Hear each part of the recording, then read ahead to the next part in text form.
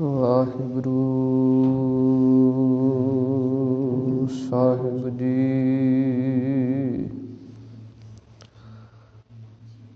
ਇੱਕ ਓੰਕਾਰ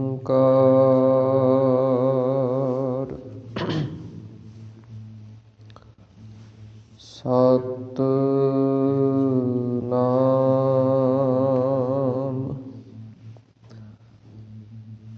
ਕਰਤਾ ਪੁਰਖ ਨਿਰਭਉ ਨਿਰਵੈਰ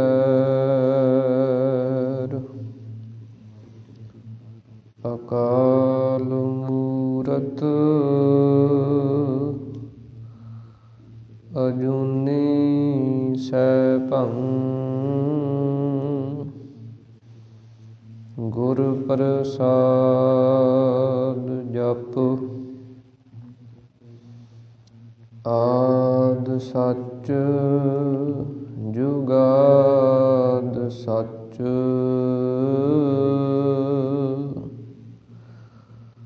ਹੈ ਭੀ ਸੱਚ।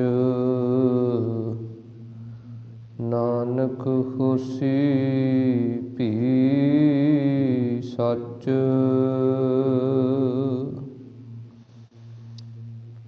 ਮੇਰ ਕਰੋ ਤ੍ਰਿਣ ਤੇ ਮੋਹ ਜਾਹੇ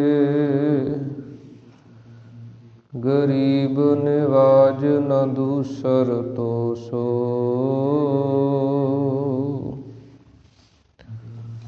ਭੂਲ ਛਿਮੋ ਹਮਰੀ ਪ੍ਰਭ ਆਪ ਨਾ ਭੂਲਣ ਹਾਰ ਕਹੂੰ ਕੋ ਮੋਸੋ। ਸੇਵ ਕਰੀ ਤੁਮਰੀ ਤਿਨ ਕੇ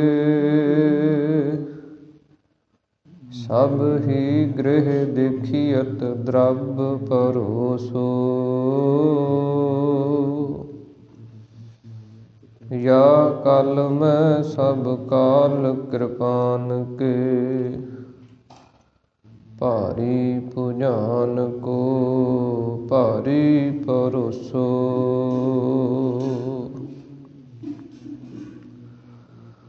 ਕਹਾਂ ਬੁੱਧ ਪ੍ਰਭ ਤੁਛ ਹਮਾਰੀ ਬਰਨ ਸਕੈ ਮਹਿਮਾ ਜੋ ਤਿਹਾਰੀ। ਹਮ ਨਾ ਸਕਤ ਕਰ ਸਿਫਤ ਤੁਮਾਰੀ। ਆਪ ਲਿਹੋ ਤੁਮ ਕਥਾ ਸੁਧਾਰੀ। ਮੂਕ ਊਚਰੈ ਸ਼ਾਸਤਰ ਖਟ ਪਿੰਗ ਗਿਰਨ ਚੜ ਜਾਇ। ਅੰਧ ਲਖੈ ਬਦਰੋ ਸੁਣੈ ਜਿਉ ਕਾਲ ਕਿਰਪਾ ਕਰਾਇ। ਬਾਣੀ ਗੁਰੂ ਗੁਰੂ ਹੈ ਬਾਣੀ ਵਿੱਚ ਬਾਣੀ ਅੰਮ੍ਰਿਤ ਸਾਰੇ। ਗੁਰਬਾਣੀ ਕਹੈ ਸੇਵਕ ਜਨ ਮਾਨੈ ਪਰਤਖ ਗੁਰੂ ਨਿਸਤਾਰੇ। ਸੱਜਣ ਸੱਚਾ ਪਾਤਸ਼ਾਹ ਸਿਰ ਸਾਹਾਂ ਦੈ ਸਾਹ। ਜਿਸ ਪਾਸ ਬੈਠਿਆ ਸੋਹੀਐ ਸਭਨਾਂ ਦਾ ਵਿਸਾਹ। ਜਿਸ ਪਾਸ ਬੈਠਿਆ ਸੋਹੀਐ ਸਭਨਾਂ ਦਾ ਵਿਸਾਹ। ਵਾਹਿਗੁਰੂ ਸਾਹਿਬ ਜੀ। ਸੋਰਠ ਮਹੱਲਾ ਪੰਜਵਾ।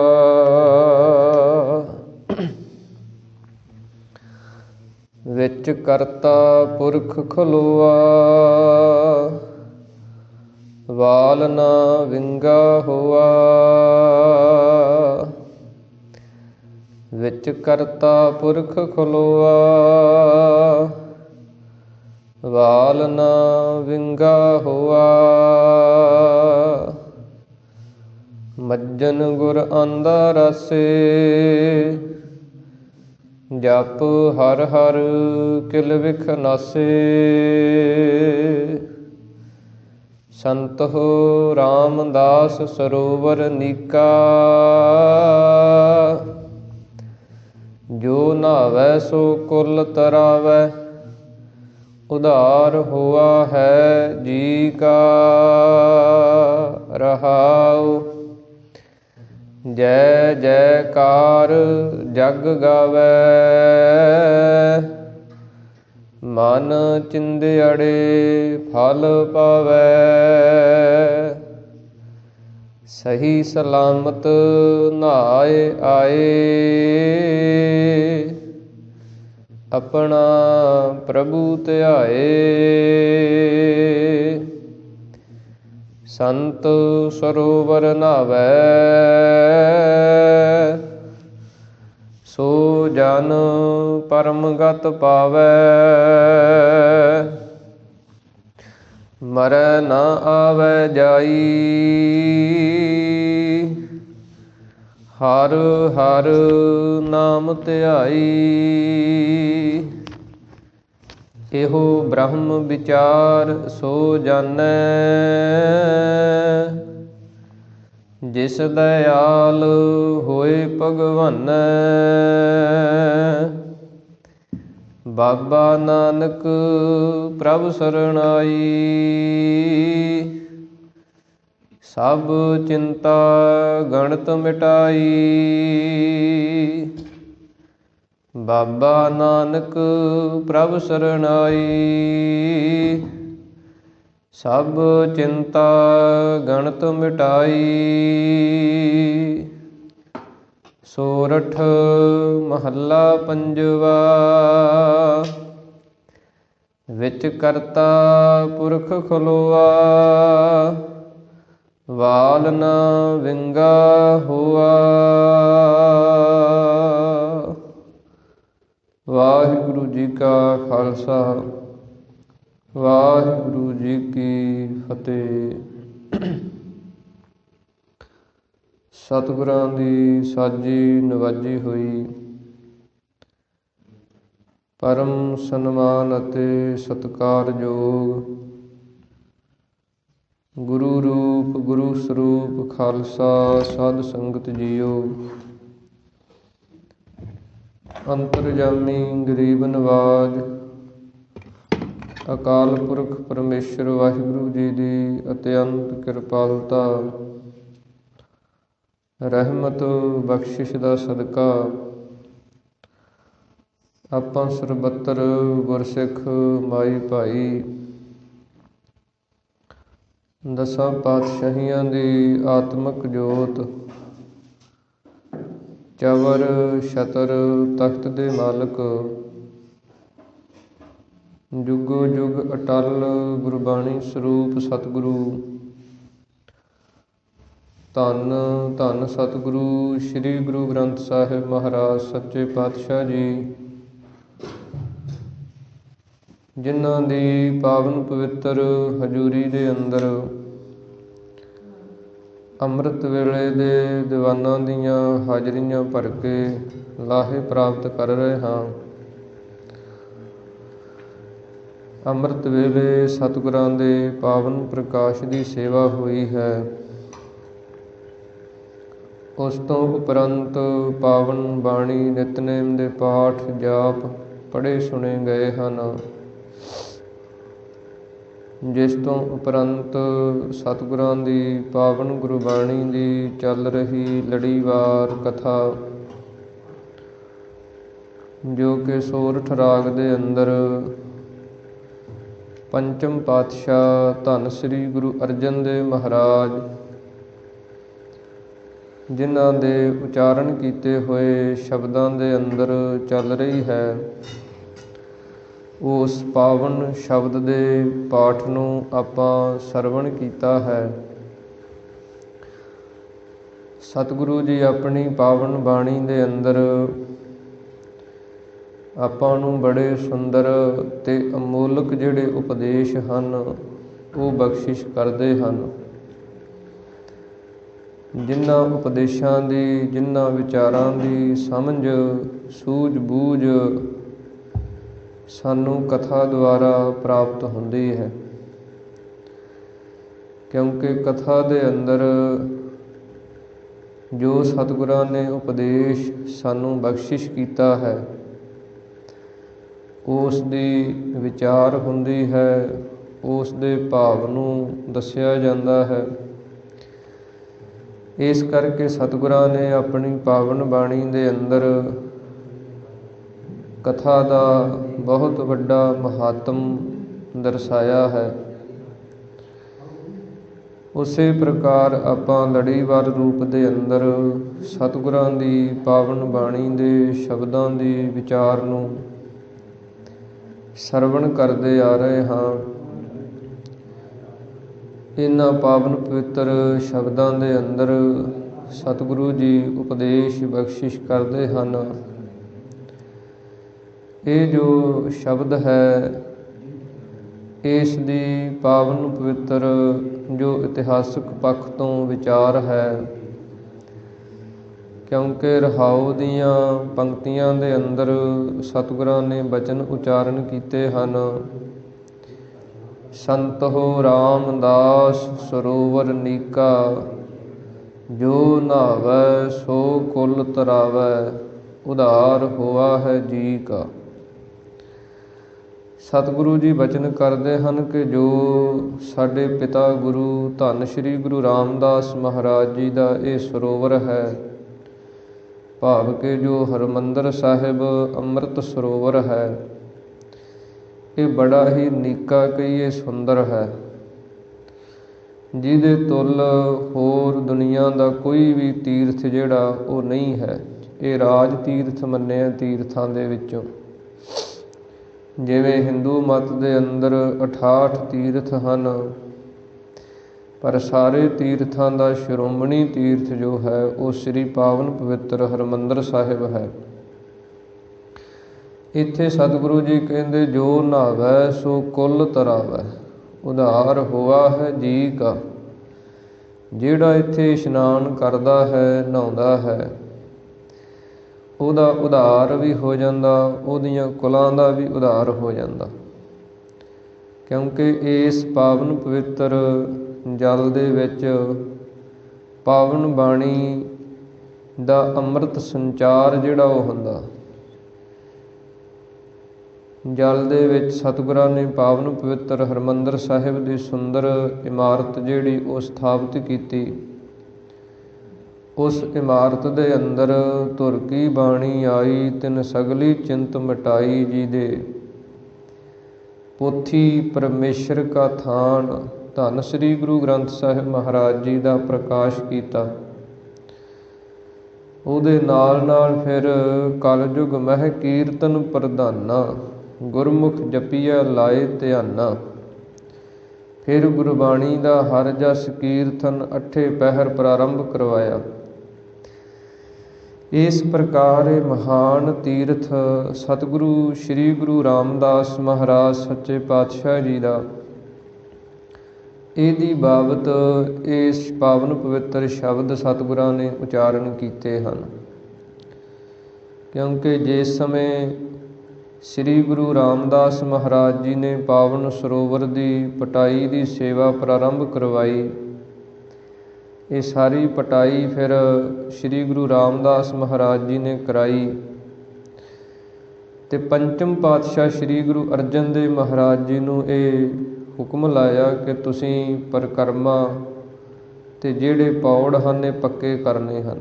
ਉਹ ਸੇਵਾ ਫਿਰ ਸਤਿਗੁਰਾਂ ਨੇ ਨਿਭਾਈ ਤੇ ਪਾਵਨ ਪਵਿੱਤਰ ਹਰਿਮੰਦਰ ਸਾਹਿਬ ਦੀ ਸਥਾਪਨਾ ਸਤਿਗੁਰਾਂ ਨੇ ਕਰਵਾਈ।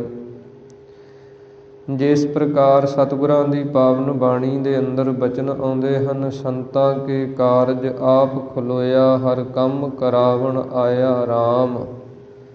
ਧਰਤ ਸੁਹਾਵੀ ਤਾਲ ਸੁਹਾਵਾ, ਵਿੱਚ ਅੰਮ੍ਰਿਤ ਜਲ ਛਾਇਆ RAM।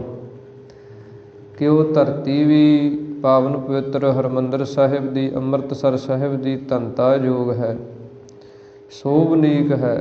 ਤਾਲ ਜਿਹੜਾ ਜੋ ਮਹਾਨ ਤੀਰਥ ਸਤਿਗੁਰਾਂ ਨੇ ਰਚਿਆ, ਉਹ ਵੀ ਸੋਭਨੀਕ ਹੈ।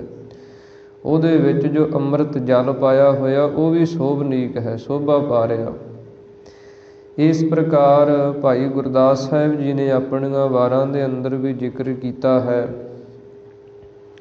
ਬੈਠਾ ਸੋਢੀ ਪਾਤਸ਼ਾਹ ਰਾਮਦਾਸ, ਸਤਿਗੁਰੂ ਕਹਾਵੈ, ਪੂਰਨ ਤਾਲ ਖਟਾਇਆ, ਅੰਮ੍ਰਿਤਸਰ ਵਿੱਚ ਜੋਤ ਜਗਾਵੈ। ਸ਼੍ਰੀ ਗੁਰੂ ਰਾਮਦਾਸ ਮਹਾਰਾਜ ਸੱਚੇ ਪਾਤਸ਼ਾਹ ਜੀ ਨੇ ਜਿਸ ਸਮੇਂ ਇਹ ਪਾਵਨ ਪਟਾਈ ਦੀ ਸੇਵਾ ਕਰਵਾਈ, ਤੇ ਜੋ ਪੰਚਮ ਪਾਤਸ਼ਾਹ ਸ੍ਰੀ ਗੁਰੂ ਅਰਜਨ ਦੇਵ ਮਹਾਰਾਜ ਸੱਚੇ ਪਾਤਸ਼ਾਹ ਜੀ ਨੂੰ ਜਦੋਂ ਗੁਰਤਾ ਗੱਦੀ ਮਿਲ ਗਈ, ਤੇ ਜਿਹੜਾ ਸਤਿਗੁਰਾਂ ਦਾ ਭਰਾ ਸੀ ਵੱਡਾ ਪ੍ਰਿਥੀ ਚੰਦ, ਉਹ ਬੜਾ ਦੁਖੀ ਹੋਇਆ, ਕਿਉਂਕਿ ਉਸ ਨੂੰ ਗੁਰਤਾ ਗੱਦੀ ਨਹੀਂ ਮਿਲੀ। ਤੇ ਉਹ ਚਾਹੁੰਦਾ ਸੀ ਕਿ ਸਭ ਕੁਝ ਮੈਂ ਸੰਭਾਲਾਂ, ਮੈਨੂੰ ਇਹ ਸੇਵਾ ਮਿਲੇ। ਪਰ ਇਹ ਅਕਾਲੀ ਜੋਤ ਹੈ, ਇਹ ਪਰਮੇਸ਼ਰ ਦੀ ਜੋਤ ਹੈ। ਇਹ ਗੁਰੂ ਨਾਨਕ ਪਾਤਸ਼ਾਹ ਮਹਾਰਾਜ ਤੋਂ ਲੈ ਕਰਕੇ ਗੁਰੂ ਅੰਗਦ ਦੇਵ ਮਹਾਰਾਜ, ਗੁਰੂ ਅਮਰਦਾਸ ਮਹਾਰਾਜ, ਗੁਰੂ ਰਾਮਦਾਸ ਮਹਾਰਾਜ ਤੇ ਪੰਜਵੇਂ ਜਾਮੇ ਦੇ ਅੰਦਰ ਸ੍ਰੀ ਗੁਰੂ ਅਰਜਨ ਦੇਵ ਮਹਾਰਾਜ ਜੀ ਦੇ ਰੂਪ ਦੇ ਅੰਦਰ ਪ੍ਰਗਟ ਹੋਈ। ਤੇ ਉਸ ਸਮੇਂ ਪ੍ਰਿਥੀ ਚੰਦ ਜਿਹੜਾ ਸੀ, ਇਸ ਨੇ ਬੜੀ ਵਿਰੋਧਤਾ ਕੀਤੀ, ਸਰਕਾਰੇ ਦਰਬਾਰੇ ਵੀ ਗਿਆ, ਪਰ ਇਹਦੀ ਕੋਈ ਵਾਹ ਪੇਸ਼ ਨਹੀਂ ਚੱਲੀ। ਫਿਰ ਇਸ ਨੇ ਬੜੀ ਯਤਨ ਕੀਤੇ ਕਿ ਕਿਸੇ ਨਾ ਕਿਸੇ ਤਰੀਕੇ ਦੇ ਨਾਲ ਲੋਕ ਜਿਹੜੇ ਆ ਉਹ ਮੈਨੂੰ ਗੁਰੂ ਮੰਨਣ। ਫਿਰ ਜਿਸ ਸਮੇਂ ਸਤਿਗੁਰਾਂ ਨੇ ਪਟਾਈ ਦੀ ਸੇਵਾ ਹੋ ਗਈ, ਜਦੋਂ ਜਲ ਪਾਉਣਾ ਸੀ ਵਿੱਚ, ਉਸ ਸਮੇਂ ਪ੍ਰਿਥੀ ਚੰਦ ਨੇ ਇਹ ਬਚਨ ਕਹੇ ਕਿ ਇਸ ਪਾਵਨ ਸਰੋਵਰ ਦੇ ਅੰਦਰ ਜਿਹੜਾ ਜਲ ਪਾਉਣਾ ਹੈ, ਉਹ ਜਲ ਠਹਿਰਨਾ ਨਹੀਂ, ਜਲ ਜਿਹੜਾ ਉਹ ਜੀਰ ਜਾਇਆ ਕਰਨਾ, ਸੁੱਕ ਜਾਇਆ ਕਰਨਾ। ਉਸ ਸਮੇਂ ਜਦੋਂ ਸਿੱਖ ਸੰਗਤਾਂ ਨੇ ਖੂਹਾਂ ਤੋਂ ਭਰ ਭਰ ਕੇ ਜਲ ਪਾਇਆ ਅੰਮ੍ਰਿਤ ਸਰੋਵਰ ਦੇ ਅੰਦਰ, ਤੇ ਉਹ ਰੇਤਾ ਜਿਹੜੀ ਸੀ ਉਹ ਰੇਤਲੀ ਹੋਣ ਕਰਕੇ ਪਾਣੀ ਜੀਰ ਗਿਆ, ਜਲ ਵਿੱਚ ਠਹਿਰਿਆ ਨਹੀਂ, ਕਿਉਂਕਿ ਰੇਤ ਬਹੁਤ ਸੀ ਤੇ ਉਹ ਰੇਤ ਕਰਕੇ ਪਾਣੀ ਜੀਰ ਗਿਆ। ਸਿੱਖ ਸੰਗਤਾਂ ਦੇ ਅੰਦਰ ਬੜੀ ਨਿਰਾਸ਼ਤਾ ਆਈ, ਉਦਾਸੀ ਆਈ ਕਿ ਪ੍ਰਿਥੀ ਚੰਦ ਕਹਿੰਦਾ ਸੀ ਕਿ ਜਲ ਨਹੀਂ ਠਹਿਰਨਾ, ਤੇ ਇਹ ਬਚਨ ਉਹਦੇ ਸੱਤ ਹੋ ਰਹੇ ਆ। ਉਸ ਸਮੇਂ ਫਿਰ ਸ੍ਰੀ ਗੁਰੂ ਅਰਜਨ ਦੇਵ ਮਹਾਰਾਜ ਜੀ ਦੇ ਪਾਸ ਜਦੋਂ ਸੰਗਤਾਂ ਆਈਆਂ, ਤਾਂ ਸਤਿਗੁਰਾਂ ਨੇ ਜਿਹੜਾ ਸੰਤੋਖਸਰ ਦਾ ਸਰੋਵਰ ਹੈ, ਇਹਦੀ ਮਿੱਟੀ ਜਿਹੜੀ ਸੀ ਚੀਕਨੀ ਮਿੱਟੀ, ਚੀਕਨੀ ਮਿੱਟੀ ਦੇ ਪਾਣੀ ਜਿਹੜਾ ਉਹ ਜੀਰਦਾ ਨਹੀਂ ਹੈ। ਉਸ ਸਮੇਂ ਸਤਿਗੁਰਾਂ ਨੇ ਇੱਥੋਂ ਮਿੱਟੀ ਪਟਾ ਕੇ ਸੰਤੋਖਸਰ ਸਰੋਵਰ ਦੀ, ਤੇ ਇੱਕ ਇੱਕ ਹੱਥ ਤੱਕ ਡੂੰਘੀ ਪਾਵਨ ਸ੍ਰੀ ਹਰਿਮੰਦਰ ਸਾਹਿਬ ਦੇ ਅੰਦਰ ਵਿਛਾ ਦਿੱਤੀ। ਜਦੋਂ ਵਿਛਾ ਕੇ ਫਿਰ ਬਰਸਾਤ ਹੋਈ, ਤੇ ਬਰਸਾਤ ਦਾ ਜਿਹੜਾ ਜਲ ਸੀ ਉਹ ਸਾਰਾ ਅੰਮ੍ਰਿਤ ਸਰੋਵਰ ਦੇ ਅੰਦਰ ਠਹਿਰ ਗਿਆ।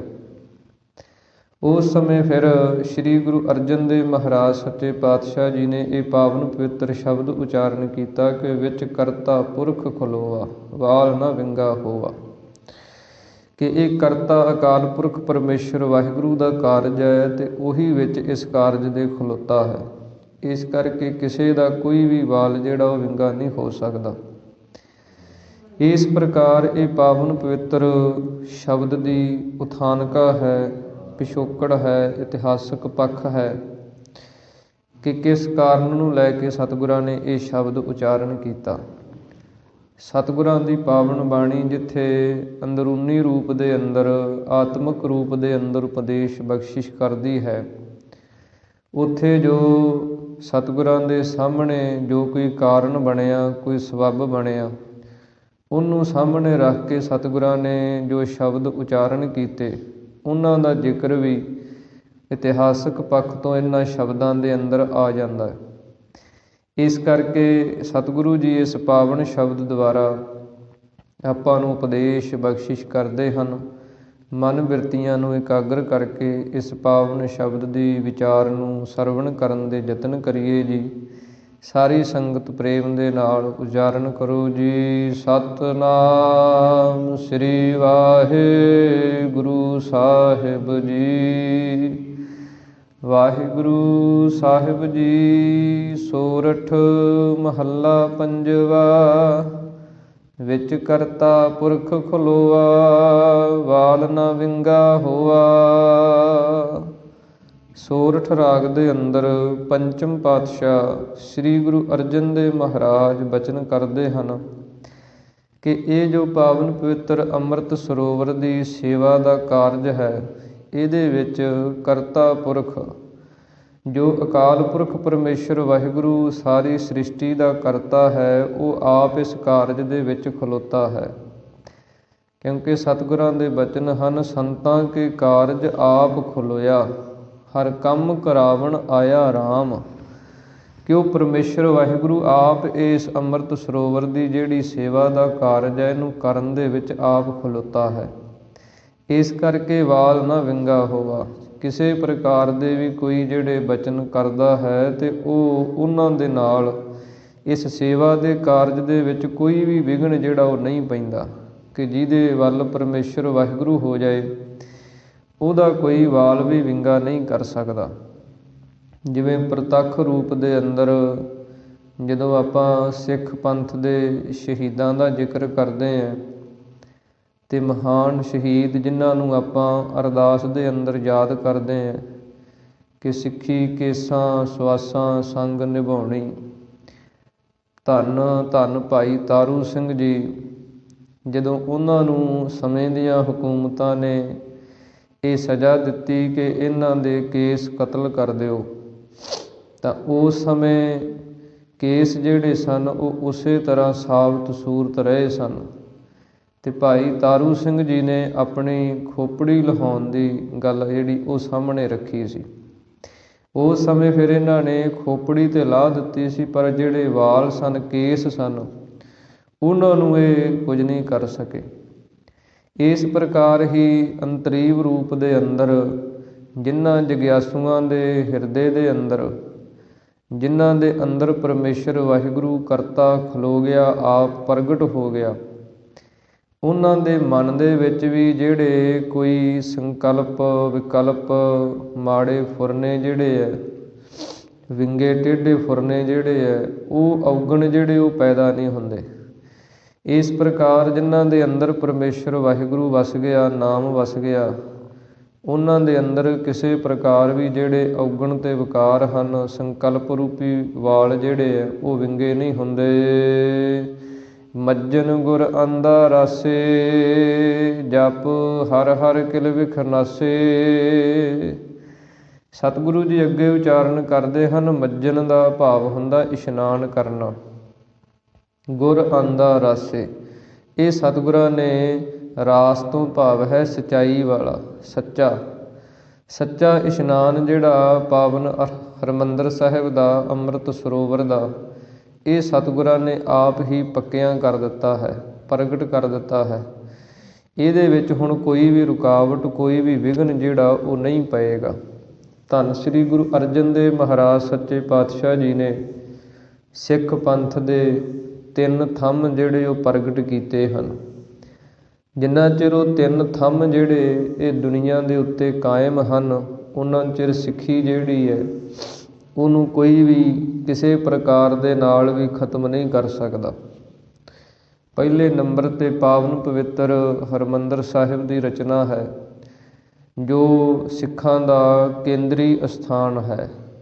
ਹਰ ਇੱਕ ਸਿੱਖ ਹਰਿਮੰਦਰ ਸਾਹਿਬ ਦੇ ਦਰਸ਼ਨ ਦਿਦਾਰੇ, ਇਸ਼ਨਾਨ, ਅਰਦਾਸ ਦੇ ਅੰਦਰ ਵੀ ਮੰਗਦਾ।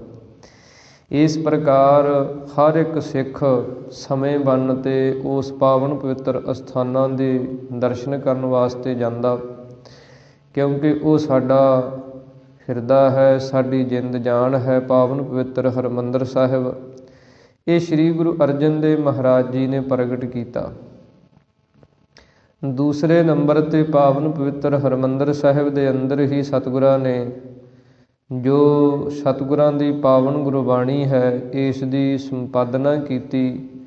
ਭਾਈ ਗੁਰਦਾਸ ਸਾਹਿਬ ਜੀ ਨੂੰ ਲਿਖਾਰੀ ਲਵਾ ਕੇ ਇਹ ਸਾਰੀ ਬਾਣੀ ਨੂੰ ਇਕੱਤਰ ਕਰਕੇ ਤੇ ਪਾਵਨ ਪਵਿੱਤਰ ਹਰਿਮੰਦਰ ਸਾਹਿਬ ਜੀ ਦੇ ਅੰਦਰ ਪ੍ਰਕਾਸ਼ ਕਰਵਾਇਆ। ਇਹ ਦੂਸਰਾ ਥੰਮ ਹੈ। ਇਸੇ ਪ੍ਰਕਾਰ ਫਿਰ ਸਤਿਗੁਰੂ ਸ੍ਰੀ ਗੁਰੂ ਅਰਜਨ ਦੇਵ ਮਹਾਰਾਜ ਜੀ ਨੇ ਪਾਵਨ ਗੁਰਬਾਣੀ ਦਾ ਹਰਿ ਜਸ ਕੀਰਤਨ ਅੱਠੇ ਪਹਿਰ ਹਰਿਮੰਦਰ ਸਾਹਿਬ ਦੇ ਅੰਦਰ ਪ੍ਰਾਰੰਭ ਕਰਵਾਇਆ। ਇਸ ਪ੍ਰਕਾਰ ਇਹ ਤਿੰਨ ਥੰਮ ਸ੍ਰੀ ਗੁਰੂ ਅਰਜਨ ਦੇਵ ਮਹਾਰਾਜ ਜੀ ਨੇ ਸੱਚੇ ਤੇ ਪ੍ਰਗਟ ਰੂਪ ਦੇ ਅੰਦਰ ਇਸ ਦੁਨੀਆ ਦੇ ਅੰਦਰ ਕਾਇਮ ਕੀਤੇ ਹਨ। ਇਸ ਕਰਕੇ ਸਤਿਗੁਰਾਂ ਦੀ ਪਾਵਨ ਬਾਣੀ ਬਚਨ ਕਰਦੀ ਹੈ, ਮੱਜਨ ਗੁਰ ਆਂਦਾ ਰਾਸੇ। ਇਸ ਪ੍ਰਕਾਰ ਪ੍ਰਤੱਖ ਰੂਪ ਦੇ ਅੰਦਰ ਇਹ ਇਸ਼ਨਾਨ ਦਰਸ਼ਨ ਦਿਦਾਰੇ ਸਤਿਗੁਰਾਂ ਨੇ ਸੱਚੇ ਕਰ ਦਿੱਤੇ ਹੈ। ਉੱਥੇ ਜਿਹੜਾ ਸਾਧ ਸੰਗਤ ਦੇ ਅੰਦਰ ਹਾਜ਼ਰੀ ਭਰ ਕੇ ਗੁਰੂ ਕੇ ਸ਼ਬਦ ਦੁਆਰਾ, ਨਾਮ ਦੁਆਰਾ, ਬਾਣੀ ਦੁਆਰਾ ਇਸ਼ਨਾਨ ਕਰਦਾ ਹੈ, ਉਹਦਾ ਵੀ ਇਸ਼ਨਾਨ ਜਿਹੜਾ ਸੁਣਿਆ ਮੰਨਿਆ ਮਨ ਕੀਤਾ ਭਾਉ, ਅੰਤਰਗਤ ਤੀਰਥ ਮਲ ਨਾਹੋ।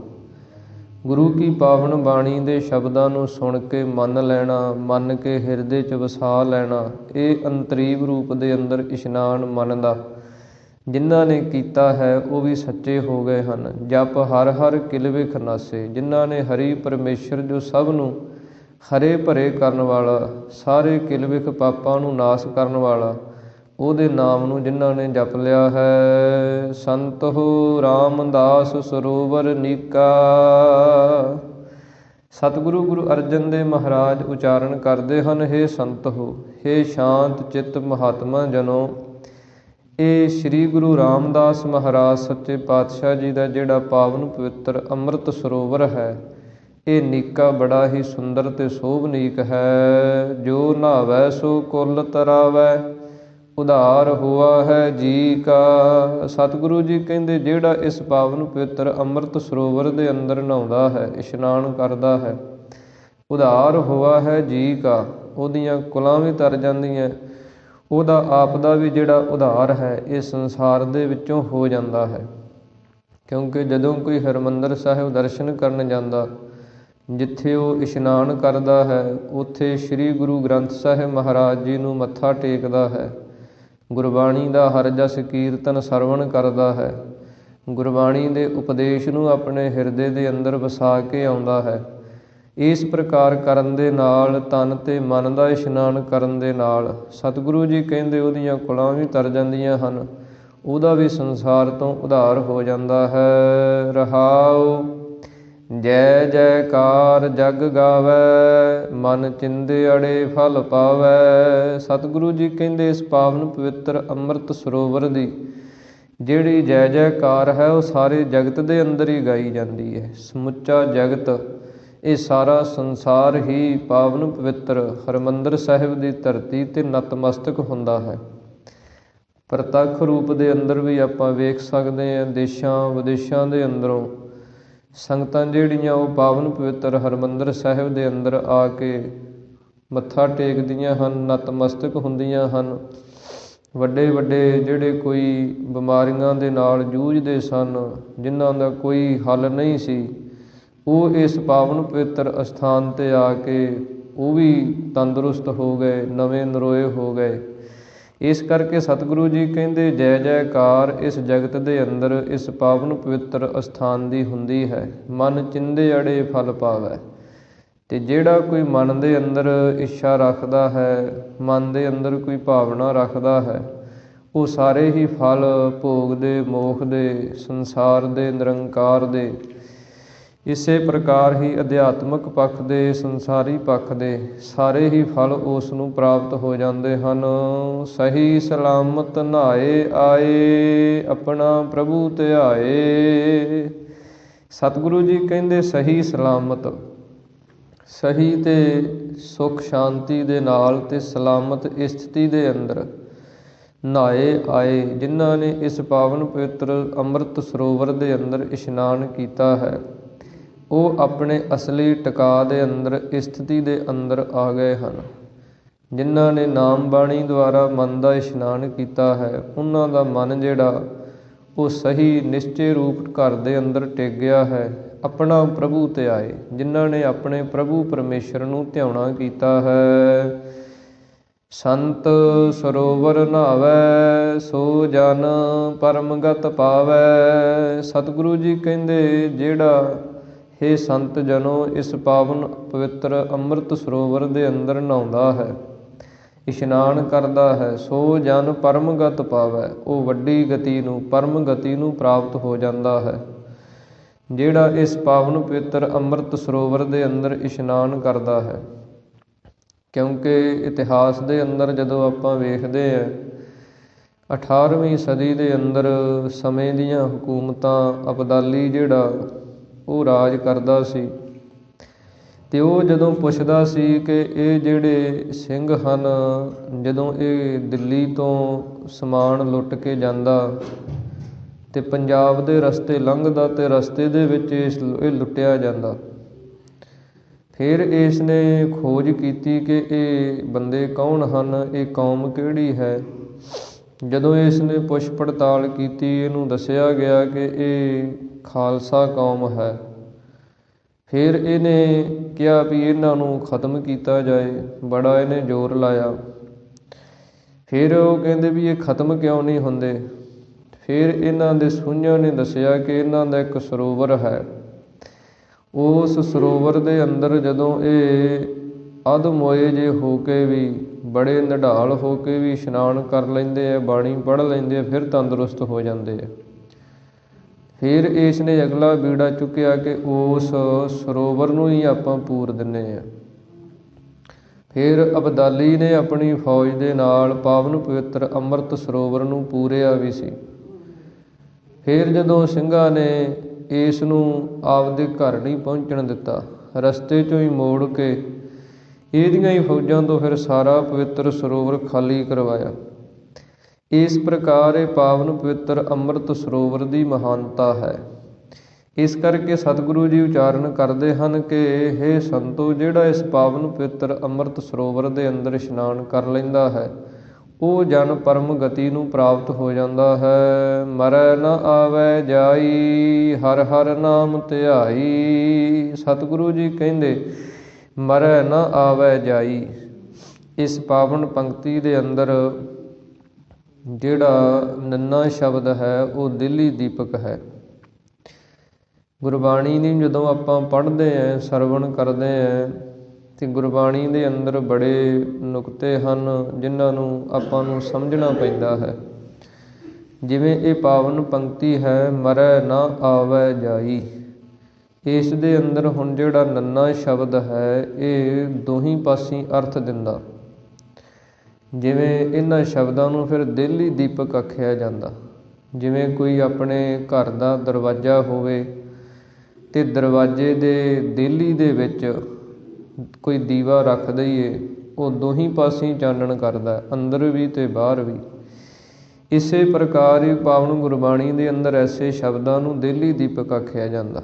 ਹੁਣ ਇੱਥੇ ਜਿਹੜਾ ਨੰਨਾ ਸ਼ਬਦ ਹੈ ਉਹ ਮਰੈ ਦੇ ਨਾਲ ਵੀ ਅਰਥ ਦਿੰਦਾ ਹੈ ਅਤੇ ਆਵੈ ਜਾਈ ਇੱਧਰ ਵੀ ਅਰਥ ਦਿੰਦਾ ਹੈ। ਸਤਿਗੁਰੂ ਜੀ ਕਹਿੰਦੇ ਜਿਹੜਾ ਪਾਵਨ ਗੁਰਬਾਣੀ ਦੇ ਨਾਮ ਦੇ ਲੜ ਲੱਗ ਗਿਆ, ਮਰੈ ਨਾ ਆਵੈ ਜਾਈ, ਉਹ ਇਸ ਸੰਸਾਰ ਦੇ ਅੰਦਰ ਮਰਦਾ ਵੀ ਨਹੀਂ ਹੈ ਅਤੇ ਆਉਂਦਾ ਜਾਂਦਾ ਵੀ ਨਹੀਂ ਹੈ। ਭਾਵ ਕਿ ਜੰਮਣ ਮਰਨ ਤੋਂ ਰਹਿਤ ਜਿਹੜੀ ਉਹਦੀ ਅਵਸਥਾ ਹੈ ਉਹ ਹੋ ਜਾਂਦੀ ਹੈ। ਇਸ ਕਰਕੇ ਸਤਿਗੁਰੂ ਜੀ ਕਹਿੰਦੇ ਹਰ ਹਰ ਨਾਮ ਧਿਆਈ। ਜਿਨ੍ਹਾਂ ਨੇ ਹਰੀ ਪਰਮੇਸ਼ਰ ਦੇ ਨਾਮ ਨੂੰ ਧਿਆਇਆ ਹੈ ਉਹ ਜੰਮਣ ਮਰਨ ਤੋਂ ਰਹਿਤ ਹੋ ਗਏ। ਇਹੋ ਬ੍ਰਹਮ ਵਿਚਾਰ ਸੋ ਜਾਣੈ, ਜਿਸ ਦਇਆਲ ਹੋਏ ਭਗਵਾਨ। ਸਤਿਗੁਰੂ ਜੀ ਕਹਿੰਦੇ ਇਹ ਵਿਚਾਰ ਜਿਹੜੀ ਹੈ ਇਹ ਬ੍ਰਹਮ ਦੀ ਹੈ। ਬ੍ਰਹਮ ਕੀ ਹੈ? ਜੋ ਵਿਆਪਕ ਸਰੂਪ ਪਰਮੇਸ਼ਰ ਵਾਹਿਗੁਰੂ ਹੈ, ਜਿਹੜਾ ਸਭ ਦੇ ਅੰਦਰ ਮਿਲਿਆ ਹੋਇਆ, ਸਭ ਜਗ੍ਹਾ ਦੇ ਅੰਦਰ ਉਹਦੀ ਸੱਤਾ ਹੈ, ਉਹਦੀ ਹੋਂਦ ਹੈ। ਉਹ ਜੋ ਬ੍ਰਹਮ ਹੈ ਉਸ ਦੀ ਵਿਚਾਰ ਜਿਹੜੀ ਹੈ ਉਹ ਜੀਵ ਜਾਣਦੇ ਹਨ। ਉਹ ਉਸ ਬ੍ਰਹਮ ਦੀ ਵਿਚਾਰ ਨੂੰ ਸਮਝਦੇ ਹਨ। ਜਿਸ ਦਇਆਲ ਹੋਏ ਭਗਵਾਨ ਹੈ, ਜਿਨ੍ਹਾਂ ਦੇ ਉੱਤੇ ਦਇਆ ਦਾ ਘਰ ਪਰਮੇਸ਼ਰ ਵਾਹਿਗੁਰੂ ਜੋ ਭਗਵਾਨ ਖਟ ਭਗਾਂ ਸੰਪੰਨ ਹੈ, ਸਮਰੱਥ ਸ਼ਕਤੀਵਾਨ ਭਗਵਾਨ ਪ੍ਰਭੂ ਪਰਮੇਸ਼ਰ ਹੈ, ਉਹ ਜਿਨ੍ਹਾਂ ਦੇ ਉੱਤੇ ਦਇਆ ਕਰ ਦਿੰਦਾ ਹੈ ਉਹ ਇਸ ਵਿਚਾਰ ਨੂੰ ਬ੍ਰਹਮ ਦੀ ਨੂੰ ਸਮਝਦੇ ਹਨ। ਬਾਬਾ ਨਾਨਕ ਪ੍ਰਭ ਸਰਣਾਈ, ਸਭ ਚਿੰਤਾ ਗਣਤ ਮਿਟਾਈ। ਸਤਿਗੁਰੂ ਜੀ ਉਚਾਰਨ ਕਰਦੇ ਹਨ, ਬਾਬਾ ਹੈ ਭਾਈ ਹੈ ਜੀਵ। ਸਤਿਗੁਰਾਂ ਦੀ ਪਾਵਨ ਬਾਣੀ ਦੇ ਅੰਦਰ ਬਾਬਾ ਸ਼ਬਦ ਜਿਹੜਾ ਹੈ ਉਹ ਕਈ ਰੂਪਾਂ ਦੇ ਅੰਦਰ ਆਉਂਦਾ ਹੈ। ਇੱਥੇ ਬਾਬਾ ਤੋਂ ਭਾਵ ਹੈ ਭਾਈ ਹੈ ਜੀਵ।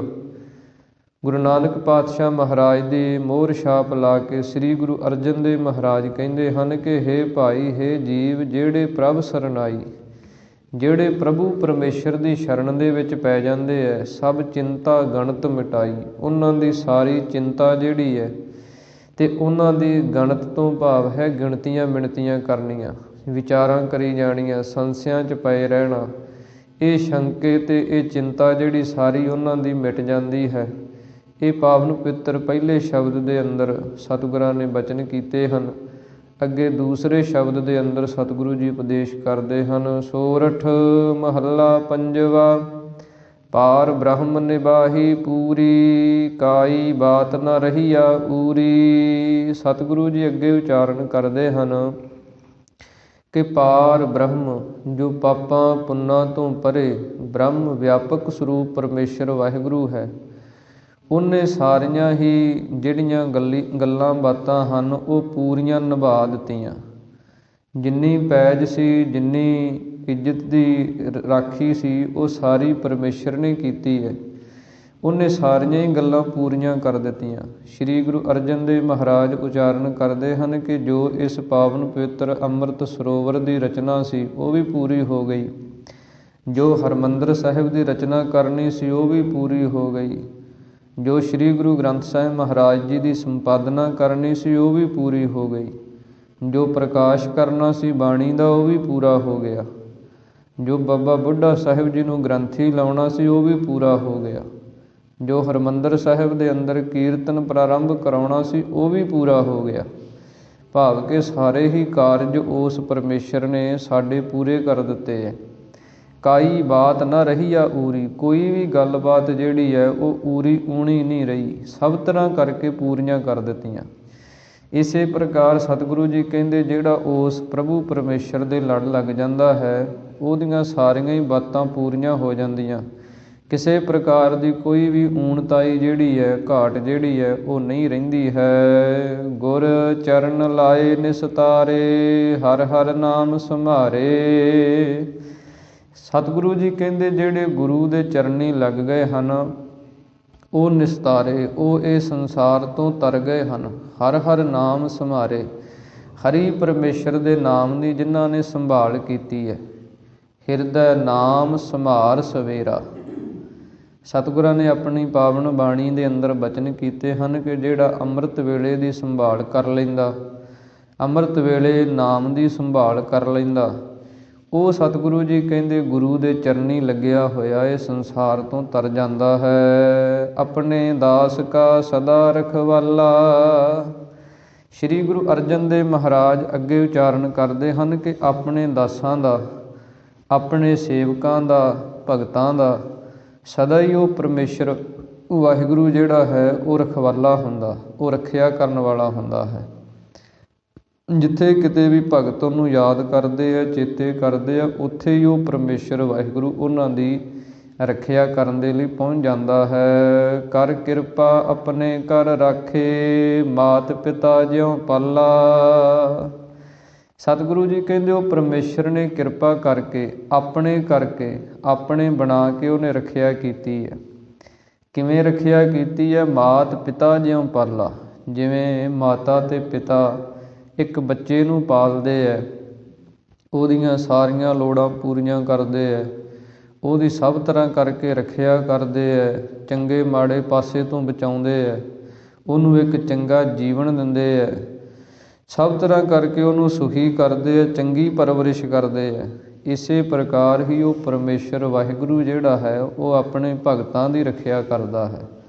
ਮਾਤਾ ਪਿਤਾ ਦੀ ਨਿਆਈ ਉਹਨਾਂ ਦੀ ਪਾਲਣਾ ਕਰਦਾ ਹੈ, ਸਭ ਲੋੜਾਂ ਦੀ ਪੂਰਤੀ ਕਰਦਾ ਹੈ। ਰਹਾਉ ਵਡਭਾਗੀ ਸਤਿਗੁਰ ਪਾਇਆ, ਜਿਨ ਜਮ ਕਾ ਪੰਥ ਮਿਟਾਇਆ।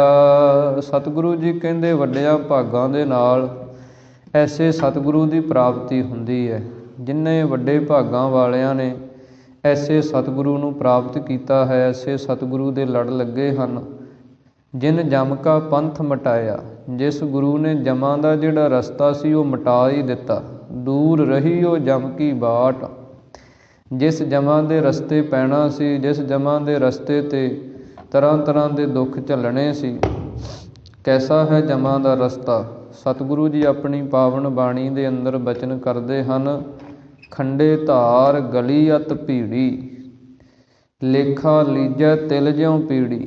ਸਤਿਗੁਰੂ ਜੀ ਕਹਿੰਦੇ ਜਿਵੇਂ ਖੰਡੇ ਦੀ ਧਾਰ 'ਤੇ ਤੁਰਨਾ ਹੋਵੇ ਅਤੇ ਬੜੀ ਬਰੀਕ ਗਲੀ ਹੋਵੇ ਜਿੱਧਰ ਦੀ ਲੰਘਣਾ ਹੋਵੇ, ਜਿਵੇਂ ਤਿਲਾਂ ਨੂੰ ਪੀੜਿਆ ਜਾਂਦਾ ਇੱਦਾਂ ਉੱਥੇ ਪੀੜਿਆ ਜਾਵੇ, ਦੁੱਖ ਦਿੱਤਾ ਜਾਵੇ, ਇੱਦਾਂ ਦਾ ਜਮਾਂ ਦਾ ਰਸਤਾ ਹੈ। ਇਸ ਕਰਕੇ ਸਤਿਗੁਰੂ ਜੀ ਕਹਿੰਦੇ ਇਹ ਪਾਵਨ ਪਵਿੱਤਰ ਸ਼ਬਦ ਸਤਿਗੁਰਾਂ ਨੇ ਸਾਨੂੰ ਇਹ ਅਸਲੀਅਤ ਹੈ, ਇਹ ਸੱਚ ਰੂਪ ਦੇ ਅੰਦਰ ਹਨ। ਕਈ ਵਾਰ ਇਨਸਾਨ ਇਹ ਸੋਚ ਜਾਂਦਾ ਵੀ ਇਹ ਤਾਂ ਡਰਾਉਣ ਵਾਸਤੇ ਗੱਲਾਂ ਲਿਖੀਆਂ, ਅੱਗੇ ਦਾ ਆਪਾਂ ਨੂੰ ਕੀ ਪਤਾ ਕੀ ਹੁੰਦਾ ਕੀ ਨਹੀਂ ਹੁੰਦਾ।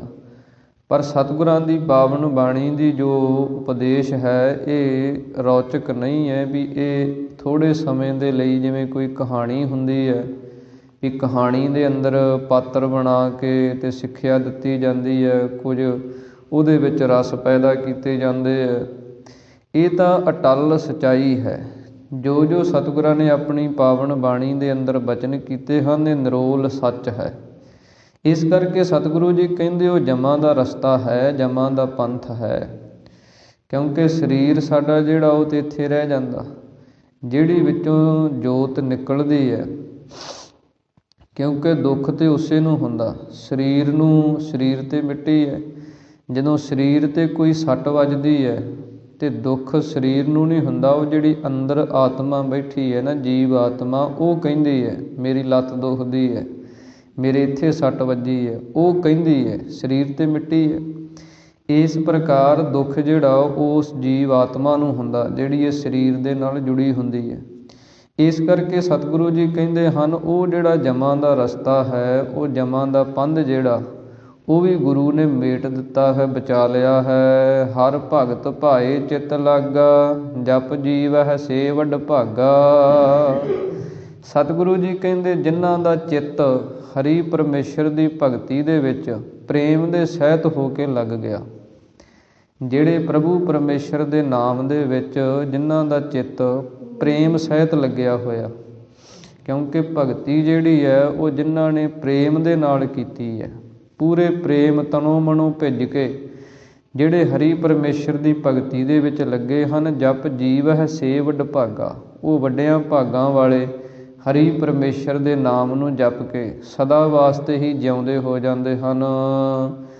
ਹਰ ਅੰਮ੍ਰਿਤ ਬਾਣੀ ਗਾਵੈ, ਸਾਧਾ ਕੀ ਧੂਰੀ ਨਾਵੈ। ਸਤਿਗੁਰੂ ਜੀ ਕਹਿੰਦੇ ਹਰੀ ਪਰਮੇਸ਼ਰ ਦੀ ਜੋ ਅੰਮ੍ਰਿਤ ਰੂਪ ਬਾਣੀ ਹੈ, ਜੋ ਅੰਮ੍ਰਿਤ ਦੀਆਂ ਘੁੱਟਾਂ ਰੂਪ ਬਾਣੀ ਹੈ, ਇਹਨੂੰ ਜਿਹੜੇ ਗਾਉਂਦੇ ਹਨ, ਇਸ ਪਾਵਨ ਬਾਣੀ ਨੂੰ ਜਿਹੜੇ ਉਚਾਰਨ ਕਰਦੇ ਹਨ, ਸਤਿਗੁਰਾਂ ਦੀ ਪਾਵਨ ਬਾਣੀ ਅੰਮ੍ਰਿਤ ਵਰਗੀ ਮਿੱਠੀ ਹੈ। ਸਾਚੀ ਬਾਣੀ ਮਿੱਠੀ ਅੰਮ੍ਰਿਤ ਧਾਰ। ਪਾਵਨ ਗੁਰਬਾਣੀ ਦੀ ਮਹਾਨਤਾ ਬਿਆਨ ਕਰਦਿਆਂ ਹੋਇਆਂ ਬੜੇ ਵਿਦਵਾਨਾਂ ਨੇ ਬਚਨ ਲਿਖੇ ਹਨ। ਉਸੇ ਪ੍ਰਕਾਰ ਹੀ ਮਹਾਨ ਕਵੀ ਭਾਈ ਸੰਤੋਖ ਸਿੰਘ ਜੀ, ਜਿਨ੍ਹਾਂ ਨੇ ਸਤਿਗੁਰਾਂ ਦੀ 10 ਪਾਤਸ਼ਾਹੀਆਂ ਦਾ ਇਤਿਹਾਸ ਲਿਖਿਆ, ਉਹਨਾਂ ਨੇ ਪਾਵਨ ਗੁਰਬਾਣੀ ਦੀ ਮਹਾਨਤਾ ਬਿਆਨ ਕਰਦਿਆਂ ਹੋਇਆਂ ਇਹ ਬਚਨ ਲਿਖੇ ਹਨ। ਸੁਧਾ ਸੀ ਤਰੰਗਣੀ ਸੀ, ਰੋਗ ਭ੍ਰਮ ਭੰਗਣੀ ਹੈ, ਹਿਰਦੇ ਕੀ ਆਨੰਦਨੀ ਮਹਾਨ ਸੁਖ ਦਾਨੀ ਹੈ। ਉਹ ਕਹਿੰਦੇ ਹਨ ਕਿ ਪਾਵਨ ਗੁਰਬਾਣੀ ਜਿਹੜੀ ਹੈ ਸੁਧਾ ਕੀ ਤਰੰਗਣੀ, ਅੰਮ੍ਰਿਤ ਦੀਆਂ ਲਹਿਰਾਂ ਹਨ। ਇਸ ਪ੍ਰਕਾਰ ਇਹ ਸਤਿਗੁਰਾਂ ਦੀ ਪਾਵਨ ਅੰਮ੍ਰਿਤ ਸਰੂਪ ਬਾਣੀ ਜਿਨ੍ਹਾਂ ਨੇ ਗਾਈ ਹੈ ਕੀਰਤਨ ਰੂਪ ਦੇ ਅੰਦਰ, ਜਾਂ ਜਿਨ੍ਹਾਂ ਨੇ ਸ਼ਬਦਾਂ ਨੂੰ ਗਾਇਆ ਆਪਣੇ ਜੀਵਨ ਦੇ ਅੰਦਰ। ਸਾਧਾਂ ਕੀ ਧੂਰੀ ਨਾਵੈ, ਜਿਹੜੇ ਸਾਧਾ ਤੋਂ ਭਾਵ ਇੱਥੇ ਗੁਰੂ ਦਾ ਹੈ, ਜਿਹੜੇ ਗੁਰੂ ਕੀ ਸੰਗਤ ਦੇ ਵਿੱਚ ਆ ਕੇ ਧੂੜੀ ਤੋਂ ਭਾਵ ਕਿ ਜਿਹੜੇ ਸੇਵਾ ਰੂਪੀ ਧੂੜੀ ਪ੍ਰਾਪਤ ਕਰਕੇ ਇਸ਼ਨਾਨ ਕਰਦੇ ਹੈ। ਕਿਉਂਕਿ ਸਾਧ ਸੰਗਤ ਦੇ ਅੰਦਰ, ਪਾਵਨ ਦਰਬਾਰ ਦੇ ਅੰਦਰ ਜਿਹੜੀ ਸੇਵਾ ਆਪਾਂ ਕਰਦੇ ਹਾਂ ਇਹ ਧੂੜੀ ਦਾ ਇਸ਼ਨਾਨ ਹੈ। ਜਿਵੇਂ ਭਾਈ ਗੁਰਦਾਸ ਸਾਹਿਬ ਜੀ ਨੇ ਬਚਨ ਕੀਤੇ ਹਨ, ਤੱਪੜ ਝਾੜ ਵਿਛਾਏ ਧੂੜੀ ਨਹਾਇਆ।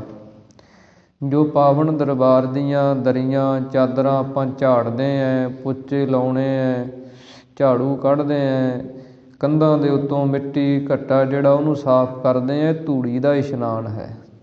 ਇਸ ਪ੍ਰਕਾਰ ਇੱਦਾਂ ਜਿਨ੍ਹਾਂ ਨੇ ਗੁਰੂ ਘਰ ਦੇ ਅੰਦਰ ਸੇਵਾ ਕਰਕੇ ਇਹ ਧੂੜੀ ਦੇ ਇਸ਼ਨਾਨ ਨੂੰ ਪ੍ਰਾਪਤ ਕੀਤਾ ਹੈ, ਇਸ਼ਨਾਨ ਕੀਤਾ ਹੈ। ਆਪਣਾ ਨਾਮ ਆਪੇ ਦੀਆ, ਪ੍ਰਭ ਕਰਨ ਹਾਰ ਰੱਖ ਲੀਆ। ਸਤਿਗੁਰੂ ਜੀ ਕਹਿੰਦੇ ਪਰਮੇਸ਼ਰ ਵਾਹਿਗੁਰੂ ਨੇ ਆਪਣਾ ਨਾਮ ਜਿਹੜਾ ਆਪੇ ਹੀ ਉਹਨਾਂ ਜੀਵਾਂ ਨੂੰ ਦੇ ਦਿੱਤਾ। ਉਹਨਾਂ ਦੇ ਹਿਰਦੇ ਦੇ ਅੰਦਰ ਸੇਵਾ ਕਰਦਿਆਂ ਕਰਦਿਆਂ, ਅੰਮ੍ਰਿਤ ਬਾਣੀ ਨੂੰ ਗਾਉਂਦਿਆਂ ਗਾਉਂਦਿਆਂ ਮਨ ਦੇ ਅੰਦਰ ਉਹ ਪਰਮੇਸ਼ਰ ਵਾਹਿਗੁਰੂ ਦਾ ਨਾਮ ਜਿਹੜਾ ਉਹ ਪਰਮੇਸ਼ਰ ਨੇ ਆਪ ਹੀ ਵਸਾ ਦਿੱਤਾ। ਪ੍ਰਭ ਕਰਨ ਹਾਰ ਰੱਖ ਲੀਆ, ਜਿਹੜਾ ਉਹ ਪ੍ਰਭੂ ਪਰਮੇਸ਼ਰ ਸਭ ਕੁਝ ਕਰਨ ਦੇ ਵਿੱਚ ਸਮਰੱਥ ਹੈ, ਉਹਨੇ ਰੱਖ ਲਿਆ। ਉਹਨੇ ਲੋਕ ਪ੍ਰਲੋਕ ਦੇ ਅੰਦਰ ਰੱਖਿਆ ਕਰ ਦਿੱਤੀ। ਹਰ ਦਰਸ਼ਨ ਪ੍ਰਾਨ ਆਧਾਰਾ, ਇਹੋ ਪੂਰਨ ਬਿਮਲ ਵਿਚਾਰਾ। ਸਤਿਗੁਰੂ ਜੀ ਕਹਿੰਦੇ ਹਨ, ਹਰੀ ਪਰਮੇਸ਼ਰ ਦੇ ਜਿਹੜੇ ਦਰਸ਼ਨ ਹਨ, ਜਿਹੜਾ ਪ੍ਰਾਣਾਂ ਦਾ ਆਧਾਰ ਕਹੀਏ, ਆਸਰਾ ਹੈ, ਸਾਡੇ ਪ੍ਰਾਣਾਂ ਨੂੰ ਸਵਾਸਾਂ ਨੂੰ ਚਲਾਉਣ ਵਾਲਾ, ਸਾਡੇ ਸਵਾਸਾਂ ਦੀ ਰੱਖਿਆ ਕਰਨ ਵਾਲਾ ਉਹ ਪਰਮੇਸ਼ਰ ਵਾਹਿਗੁਰੂ ਹੈ। ਉਹਦੇ ਜਿਹੜੇ ਦਰਸ਼ਨ ਹਨ ਜਿਨ੍ਹਾਂ ਨੂੰ ਪ੍ਰਾਪਤ ਹੋ ਗਏ, ਇਹੋ ਪੂਰਨ ਬਿਮਲ ਵਿਚਾਰਾ। ਸਤਿਗੁਰੂ ਜੀ ਕਹਿੰਦੇ ਇਹ ਉਹਨਾਂ ਦਾ ਪੂਰਨ ਰੂਪ ਦੇ ਅੰਦਰ ਬਿਮਲ ਤੋਂ ਭਾਵ ਮੈਲ ਤੋਂ ਰਹਿਤ, ਨਿਰਮਲ ਤੇ ਉਜਲ ਜਿਹੜਾ ਵਿਚਾਰ ਹੈ ਉਹ ਪੂਰਾ ਹੋ ਗਿਆ। ਕਰ ਕਿਰਪਾ ਅੰਤਰਜਾਮੀ, ਦਾਸ ਨਾਨਕ ਸਰਣ ਸੁਆਮੀ। ਸ਼੍ਰੀ ਗੁਰੂ ਅਰਜਨ ਦੇਵ ਮਹਾਰਾਜ ਸੱਚੇ ਪਾਤਸ਼ਾਹ ਜੀ ਉਚਾਰਨ ਕਰਦੇ ਹਨ, ਹੇ ਅੰਤਰਜਾਮੀ, ਅੰਦਰ ਦੀਆਂ ਜਾਣਨ ਵਾਲੇ, ਅੰਦਰ ਦੇ ਪ੍ਰੇਰਕ ਵਾਹਿਗੁਰੂ ਪਰਮੇਸ਼ਰ ਵਾਹਿਗੁਰੂ ਜੀ, ਤੁਸੀਂ ਕਿਰਪਾ ਕਰੋ।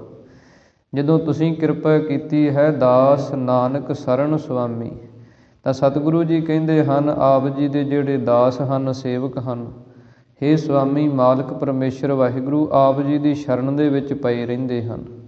ਇਸ ਪ੍ਰਕਾਰ ਸਤਿਗੁਰੂ ਜੀ ਕਹਿੰਦੇ ਤੁਸੀਂ ਕਿਰਪਾ ਕਰੋ ਅਤੇ ਤੁਹਾਡੀ ਸ਼ਰਨ ਦੇ ਅੰਦਰ ਸਦਾ ਹੀ ਅਸੀਂ ਪਏ ਰਹੀਏ।